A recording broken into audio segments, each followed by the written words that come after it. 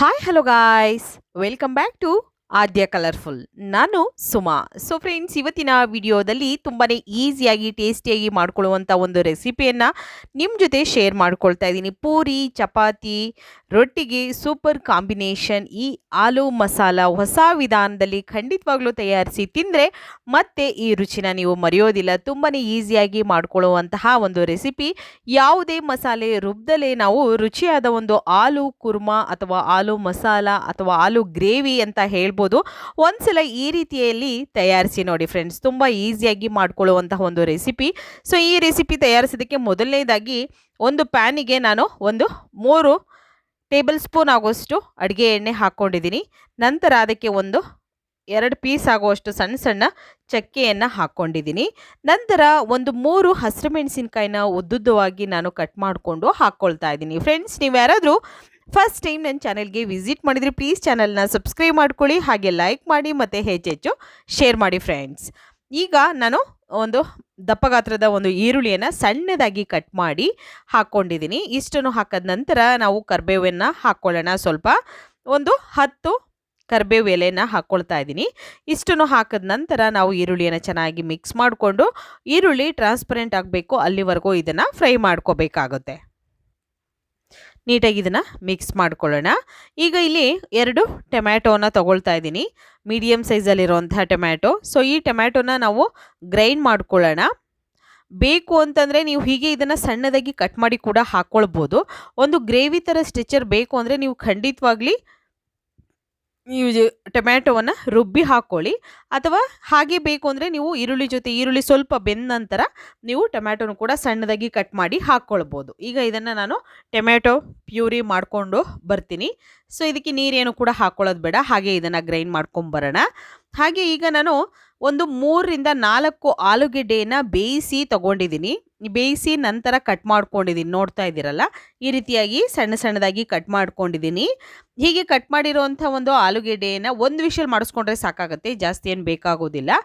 ಬೇಯಿಸಿ ಕಟ್ ಮಾಡ್ಕೊಳ್ಳಿ, ಇಲ್ಲಾಂದರೆ ನೀವು 1 ವಿಷಲ್ ಮಾಡಿಸ್ಕೊಂಡ್ರೆ ಸಾಕಾಗುತ್ತೆ ಪೂರ್ತಿಯಾಗಿ, ಇಲ್ಲಾಂದರೆ ಜಾಸ್ತಿ ಬೆಂದೋಗ್ಬಿಡುತ್ತೆ ಆಲೂಗೆಡ್ಡೆ, ಅದಕ್ಕೋಸ್ಕರ. ನಂತರ ಇಲ್ಲಿ ಟೊಮ್ಯಾಟೊ ಪ್ಯೂರಿ ರೆಡಿಯಾಗಿದೆ, ನೀವು ನೋಡ್ಬೋದು. ನೀರೇನು ಕೂಡ ಹಾಕ್ಕೊಳ್ದಲೆ ಹಾಗೆ ಇದನ್ನು ಗ್ರೈಂಡ್ ಮಾಡ್ಕೊಂಬಂದರೆ ನಮಗೆ ರೆಡಿ ಆಗುತ್ತೆ ಫ್ರೆಂಡ್ಸ್. ತುಂಬಾ ಈಸಿಯಾಗಿ ಮಾಡ್ಕೊಳ್ಳುವಂತಹ ಒಂದು ರೆಸಿಪಿ ಇದು. ಖಂಡಿತವಾಗ್ಲೂ ಮನೆಯಲ್ಲಿರೋರು ಎಲ್ಲರೂ ಕೂಡ ತುಂಬಾ ಇಷ್ಟಪಟ್ಟು ತಿಂತಾರೆ ಈ ಒಂದು ರುಚಿಯಾಗಿರುವಂತಹ ಒಂದು ಆಲೂ ಮಸಾಲ. ಸೊ ಖಂಡಿತ ಆಚೆ ನೀವು ರೆಸ್ಟೋರೆಂಟು ಅಥವಾ ಡಾಬಾಗಳಿಗೆ ಹೋದಾಗ ತಿಂದಿರ್ತೀರ, ಅದೇ ಟೇಸ್ಟಿಯಾಗಿ ಮನೆಯಲ್ಲಿ ಯಾಕೆ ಮಾಡ್ಕೊಳಕ್ಕಾಗಲ್ಲ ಅಂತ ಸುಮಾರು ಜನ ಕಾಮೆಂಟ್ ಕಳಿಸ್ತಿದ್ರಿ. ಖಂಡಿತವಾಗ್ಲೂ ಮಾಡ್ಕೋಬೋದು, ಆದರೆ ಮಾಡುವಂಥ ವಿಧಾನ ಕೂಡ ಸ್ವಲ್ಪ ಡಿಫ್ರೆಂಟ್ ಇರುತ್ತೆ ಅಷ್ಟೇ, ಏನೂ ತೊಂದರೆ ಇಲ್ಲ. ನೀವು ಅದೇ ಟೇಸ್ಟಿಯಾಗಿ ಮನೆಯಲ್ಲಿ ಹೆಲ್ದಿಯಾಗಿ ಮನೆಯಲ್ಲಿ ಮಾಡಿಕೊಂಡು ತಿನ್ಬೋದು, ಒಂದು ಸಲ ತಯಾರಿಸಿ. ನಂತರ ಈಗ ನೋಡಿ, ಈರುಳ್ಳಿ ಸ್ವಲ್ಪ ಟ್ರಾನ್ಸ್ಪರೆಂಟ್ ಆಗಿದೆ. ಚೆನ್ನಾಗಿ ಈರುಳ್ಳಿ ಬೆಂದ ನಂತರ ನಾವು ಈ ಟೊಮ್ಯಾಟೊ ಪ್ಯೂರಿನ ಹಾಕ್ಕೊಳ್ಬೇಕಾಗುತ್ತೆ. ಈಗ ಮಿಕ್ಸ್ ಮಾಡ್ಕೊಳ್ಳೋಣ ನೀಟಾಗಿ. ನೋಡ್ತಾ ಇದ್ದೀರಲ್ಲ, ಹೀಗೆ ಮಿಕ್ಸ್ ಮಾಡ್ಕೊಳ್ಳೋಣ. ಚೆನ್ನಾಗಿ ಈ ಪ್ಯೂರಿ ನಮಗೆ ಬೇಯಬೇಕು. ಅದು ಚೆನ್ನಾಗಿ ಬೆಂದ ನಂತರ ನೋಡ್ತಾ ಇದ್ದೀರಲ್ಲ, ಈ ರೀತಿಯಾಗಿ ಮೇಲ್ಗಡೆ ಎಲ್ಲ ಎಣ್ಣೆ ತೇಲಿ ಬರುತ್ತೆ. ಆಗ ನಮಗೆ ಕರೆಕ್ಟಾಗಿ ಅದು ಫ್ರೈ ಆಗಿದೆ ಅಂತ.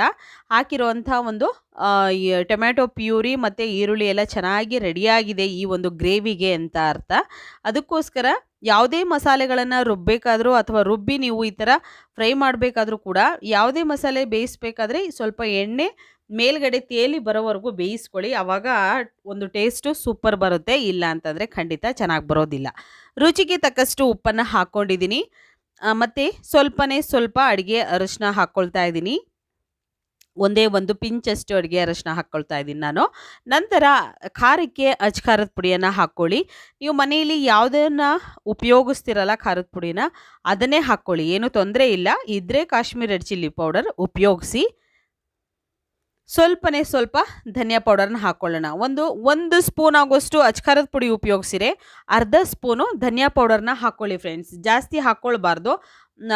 ಧನಿಯಾ ಪುಡಿ ಸೇಮ್ ಟು ಸೇಮ್ ಹಾಕ್ಕೊಳ್ತಾರೆ ಕೆಲವರು, ಅಷ್ಟು ಚೆನ್ನಾಗಿ ಬರೋದಿಲ್ಲ. ಈ ರೀತಿಯಾಗಿ ಮಾಡಿ ನೋಡಿ ನೀವು, ಖಂಡಿತವಾಗ್ಲೂ ಸೂಪರ್ ಟೇಸ್ಟನ್ನು ಕೊಡುತ್ತೆ. ಗರಂ ಮಸಾಲ ಹಾಕ್ಕೊಂಡಿದ್ದೀನಿ ಸ್ವಲ್ಪ. ಈಗ ಮಿಕ್ಸ್ ಮಾಡ್ಕೊಳ್ಳೋಣ. ನೀಟಾಗಿ ನಾನೀಗ ಮಿಕ್ಸ್ ಮಾಡ್ಕೊಳ್ತಾ ಇದ್ದೀನಿ. ನೋಡ್ತಾ ಇದ್ದೀರಲ್ಲ, ಹೀಗೆ ಮಿಕ್ಸ್ ಮಾಡಿಕೊಂಡು ಇದು ಚೆನ್ನಾಗಿ ಬೇಯಬೇಕು ನಮಗೆ. ಈ ರೀತಿಯಾಗಿ ಇದನ್ನು ಬೇಯೋದಕ್ಕೆ ಬಿಡೋಣ. ನೋಡ್ತಾ ಇದ್ದೀರಲ್ಲ, ಈ ರೀತಿಯಾಗಿ ನಮಗೆ ಸೈಡಲ್ಲೆಲ್ಲ ಎಣ್ಣೆ ತೇಲಿ ಬರ್ತಾ ಇರಬೇಕು. ಆವಾಗ ಇದು ಏನು ಬೆಂದಿದೆಯಲ್ಲ ಆ ಒಂದು ಮಿಶ್ರಣದ ಎಣ್ಣೆ ಎಲ್ಲ ನೀಟಾಗಿ ಈ ಕಡೆ ಸೈಡಲ್ಲೆಲ್ಲ ಬರ್ತಾ ಇದೆ ಅಂದರೆ ಕರೆಕ್ಟಾಗಿ ಬೆಂದಿದೆ ಅಂತ ಅರ್ಥ. ಈಗ ನೋಡ್ಬೋದು ಮಿಕ್ಸ್ ಮಾಡ್ಕೊಳ್ಳೋಣ. ನೀಟಾಗಿ ನಾನು ಮಿಕ್ಸ್ ಮಾಡ್ಕೊಳ್ತಾ ಇದ್ದೀನಿ. ಮಿಕ್ಸ್ ಮಾಡಿ ಇದನ್ನು ಕೂಡ ಸ್ವಲ್ಪ ಹೊತ್ತು ಬೇಯಿಸ್ಕೊಳ್ಳೋಣ. ಚೆನ್ನಾಗಿ ಮಸಾಲೆ ಎಲ್ಲ ನೀಟಾಗಿ ಹಿಡೀಲಿ. ಅದಕ್ಕೋಸ್ಕರ ನಾನು ಅಂದರೆ ಇದು ನಿಮಗೆ ಅನ್ನಕ್ಕೆ ಬೇಕು ಅಂತಂದರೆ ಸ್ವಲ್ಪ ತೆಳ್ಳಗೆ ಮಾಡ್ಕೊಳ್ಳಿ ಫ್ರೆಂಡ್ಸ್. ಅಥವಾ ನೀವು ಚಪಾತಿ ಪೂರಿ ರೊಟ್ಟಿಗೆ ಮಾಡ್ಕೊಳ್ತೀವಿ ಅಂದರೆ ಸ್ವಲ್ಪ ಗಟ್ಟಿಯಾಗೇ ಇರಲಿ. ನಾನಿಲ್ಲಿ ಒಂದು 3 ಆಲೂಗೆಡ್ಡೆಯನ್ನು ಬೇಯಿಸಿ ತೊಗೊಂಡಿದ್ದೆ. ಅದರಲ್ಲಿ ಒಂದು ಆಲೂಗೆಡ್ಡೆಯನ್ನು ಈ ರೀತಿ ಕೈಯಲ್ಲೇ ಮ್ಯಾಶ್ ಮಾಡಿ ಹಾಕ್ಕೊಳ್ತಾ ಇದ್ದೀನಿ. ಯಾಕೆಂದರೆ ನಾವು ಮಾಡಿರೋಂಥ ಮಸಾಲ ಸ್ವಲ್ಪ ಥಿಕ್ಕಾಗಿ ಬರಲಿ, ಸ್ವಲ್ಪ ಗಟ್ಟಿಯಾಗಿರಲಿ ಅನ್ನೋದಕ್ಕೋಸ್ಕರ. ಎಲ್ಲದನ್ನು ಕೂಡ ನಾನು ಮ್ಯಾಶ್ ಮಾಡಿಲ್ಲ. ಕೇವಲ ಒಂದು ಆಲೂಗೆಡ್ಡೆಯನ್ನು ಮ್ಯಾಶ್ ಮಾಡಿ ಹಾಕ್ಕೊಂಡಿದ್ದೀನಿ. ಮಿಕ್ಕ 2 ಆಲೂಗೆಡ್ಡೆನೂ ಕೂಡ ಸಣ್ಣದಾಗಿ ಕಟ್ ಮಾಡಿ ಹಾಕ್ಕೊಳ್ತಾ ಇದ್ದೀನಿ. ನೋಡ್ತಾ ಇದ್ದೀರಲ್ಲ, ಈ ರೀತಿಯಾಗಿ ಹಾಕ್ಕೊಂಡ ನಂತರ ಈಗ ಇದನ್ನು ಮಿಕ್ಸ್ ಮಾಡ್ಕೊಳ್ಳೋಣ. ಚೆನ್ನಾಗಿ ಮಿಕ್ಸ್ ಮಾಡ್ಕೋಬೇಕು. ತುಂಬಾ ಈಸಿಯಾಗಿ ಮಾಡ್ಕೊಳ್ಬೋದು. ಖಂಡಿತ ನೀವು ಒಂದ್ಸಲ ಇದನ್ನು ತಯಾರಿಸಿ ತಿಂದಾಗ ನೀವೇ ಹೇಳ್ತೀರಾ, ಅಯ್ಯೋ ನಾನು ಯಾವಾಗಲೂ ಇದನ್ನು ಬೇರೆ ಥರದ್ದೇ ಪಲ್ಯಗಳನ್ನು ಮಾಡ್ತೀನಲ್ಲ, ಈ ಥರದ್ದು ಟ್ರೈ ಮಾಡ್ಬೋದು ಅಂತ. ಯಾಕೆಂದರೆ ತುಂಬ ಬೇಗ ಆಗುತ್ತೆ. ನೀವು ಆಲೂಗೆಡ್ಡೆನ ಬೇಯಿಸಿ ಇಟ್ಕೊಂಡ್ರೆ ದಿಢೀರಾಗಿ ಮಾಡ್ಕೊಳ್ಳುವಂಥ ಒಂದು ಆಲೂ ಮಸಾಲ ಇದು. ಸೊ ನೋಡಿ, ಈ ರೀತಿಯಾಗಿ ರೆಡಿಯಾಗಿದೆ. ಬೇಕು ಅಂದರೆ ನೀವು ಇದನ್ನು ಗೀ ರೈಸಿಗೆ ಒಂದು ಕಾಂಬಿನೇಷನ್ ಆಗಿ ಮಾಡ್ಕೋಬೋದು. ಸ್ವಲ್ಪ ತೆಳ್ಳಗೆ ಮಾಡ್ಕೋಬೇಕಾಗುತ್ತೆ. ಥಿಕ್ ಇಷ್ಟೊಂದು ಗಟ್ಟಿ ಬೇಡ ಅನಿಸುತ್ತೆ.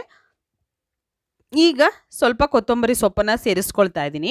ಕೊತ್ತಂಬರಿ ಸೊಪ್ಪು ಹಾಕಿದ ನಂತರ ಸ್ವಲ್ಪ ಕಸೂರಿ ಮೇಥಿ ಹಾಕ್ಕೊಳ್ಳೋಣ. 1 ಸ್ಪೂನ್ ಆಗುವಷ್ಟು ಕಸೂರಿ ಮೇಥಿಯನ್ನು ನಾನು ಕೈಯಲ್ಲೇ ಮ್ಯಾಶ್ ಮಾಡಿ ಅದನ್ನು ಕ್ರಷ್ ಮಾಡಿ ಹೀಗೆ ನೋಡಿ ಹಿಂಗೆ ಕ್ರಷ್ ಮಾಡಿ ಹಾಕ್ಕೊಳ್ಳೋಣ. ಈಗ ಮಿಕ್ಸ್ ಮಾಡಿಕೊಳ್ಳೋಣ. ನಿಮಗೆ ಎಷ್ಟು ಗಟ್ಟಿ ಬೇಕಲ್ಲ ಮಸಾಲ ಅಥವಾ ಗ್ರೇವಿ, ಎಷ್ಟು ಗಟ್ಟಿ ಬೇಕಾಗುತ್ತೆ ಅಷ್ಟು ನೋಡಿಕೊಂಡು ನೀವು ನೀರನ್ನು ಉಪಯೋಗಿಸಿ. ಜಾಸ್ತಿ ನಿಮಗೆ ಗಟ್ಟಿಯಾಗಿರೋದು ಬೇಡ ಅನ್ನೋದಾದರೆ ನೀರನ್ನು ಸ್ವಲ್ಪ ಹಾಕ್ಕೊಳ್ಳಿ. ಈಗ ನಾನು ಕರೆಕ್ಟಾಗಿದೆ ನನಗೆ. ನಾನು ಮಾಡ್ತಾ ಇರೋವಂಥದ್ದು ಚಪಾತಿಗೆ. ಸೊ ಪೂರಿ ಚಪಾತಿಗೆಲ್ಲ ಸೂಪರಾಗಿರುತ್ತೆ ಈ ಒಂದು ಆಲೂ ರೆಸಿಪಿ.